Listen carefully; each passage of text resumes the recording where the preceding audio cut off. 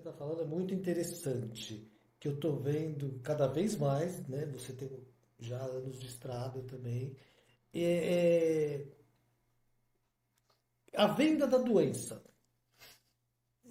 né? Mental, emocional, física, nananã. Então, o prédio lá que estão construindo na sua rua, você olha lá no anúncio de venda, temos 5 farmácias na rua, na região, em volta do prédio. E o cara compra porque tem 5 farmácias. O que você me fala desse? Porque a tecnologia está aí para ajudar, mas dessa venda de doenças, patologias mentais e Eu tudo penso mais. que a gente tem que voltar para o básico, né? Eu enxergo isso que você está falando de uma forma assim muito abrangente. É a indústria da doença, né? É a indústria do separativismo, quer dizer, não separar tudo, eu sou diferente de você nisso, naquilo, naquilo, naquilo, naquilo. Então, quer dizer, eu penso que o que acontece é que a gente está perdendo muitas vezes tempo de observar a natureza com toda a sua sabedoria, né, de ciclos que são eternos quase, né, e saber olhar para isso com mais amor, com mais porque a pessoa está no tempo das pílulas, né? Então é a pílula para eu dormir, a pílula para acordar, a pílula para eu ficar feliz, né? É como se fosse uma mágica.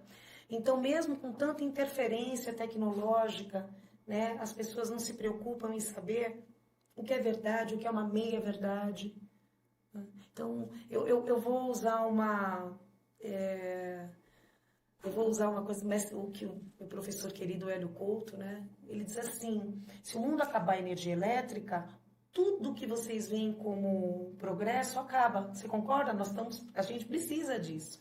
Então ele fala assim: vamos estudar arquétipos, né? Os deuses, as mitologias, quer dizer, o que eu acho é isso, a gente falta a pessoa olhar para o básico. O que é que eu preciso basicamente na vida para operar com dignidade, com alguma felicidade, né? Não com todas essas preocupações. Eu moro num prédio maravilhoso, num lugar maravilhoso. Gente, está uma automação. Você não pode dar um passo.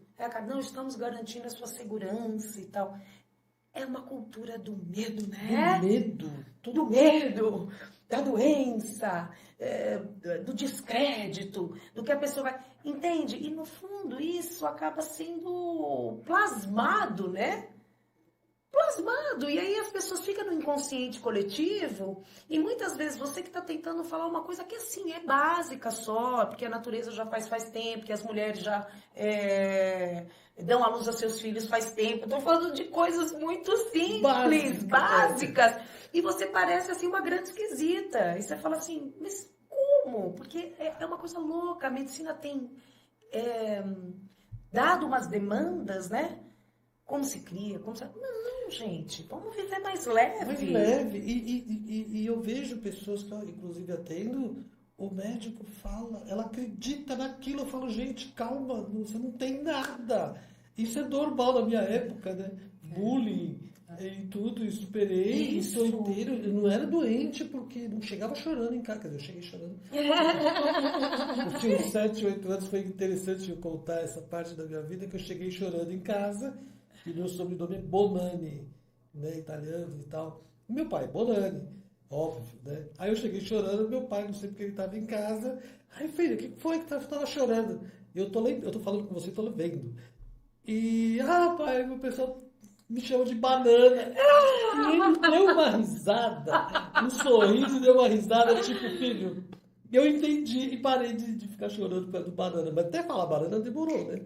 Mas ele passou por isso também. Sim. E, sabe? Sim. Tinha lá... É isso, eu acho que esse incremento de força, de acolhimento, mas assim, com uma coisa mais prática. É leve, eu me curei. Isso!